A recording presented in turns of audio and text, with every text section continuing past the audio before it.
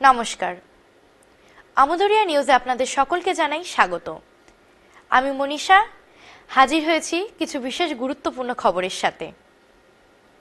Saudi আরবে বন্যায় মৃত 4, জলমগ্ন রিয়াদ। একদিকে প্রবল শৈত্যপ্রবাহ পৃথিবীর একাংশে, কোথাও দাবানল বিপন্ন বিস্তীর্ণ এলাকা। আবার এমন সময় 9 জানুয়ারি বৃহস্পতিবার থেকে প্রবল বৃষ্টিতে ভয়াবহ বন্যা হয়েছে সৌদি আরবে।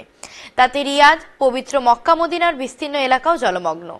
বন্যায় একটি গাড়ি ভেসে গিয়ে 4 জনের মৃত্যু হয়েছে। সৌদি আরবের বন্যার ভিডিও সোশ্যাল মিডিয়ায় এখন ভাইরাল। আসছি পরবর্তী নিউজে। আমেরিকায় দাবানলের জের বালিখাড়ি করলেন কমলা হ্যারিসও। আমেরিকায় লস অ্যাঞ্জেলসে দাবানল ক্রমশ আরও ভয়াবহ হচ্ছে। এখন প্রবল হাওয়া বইতে থাকায় দাবানল নিয়ন্ত্রণের বাইরে চলে গিয়েছে। পুড়েছে বিস্তীর্ণ এলাকা, অন্তত 7 জনের প্রাণ গিয়েছে। দমকল হিমশিম খাচ্ছে। হেলিকপ্টার থেকে জল ছিটিয়েও আগুন আয়ত্তে আনা যাচ্ছে না।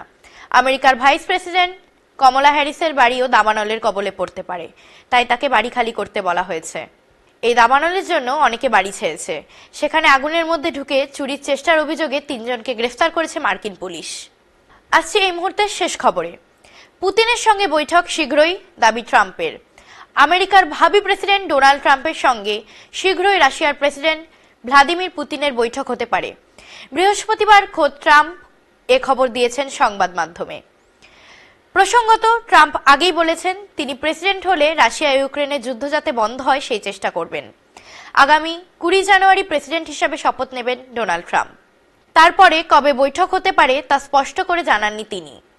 2022 সালে ফেব্রুয়ারির শেষে ইউক্রেনের সঙ্গে যুদ্ধ শুরু হয়েছে রাশিয়ার।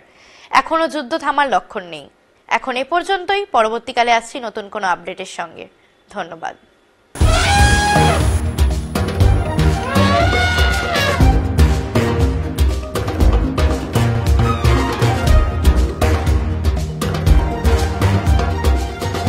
আসছে হাতিও অভিযান। প্রতি শনিবার ঠিক রাত 9টায় চোখ রাখুন আমদরিয়া নিউজে। Amudoria News, Voice of the Marginal.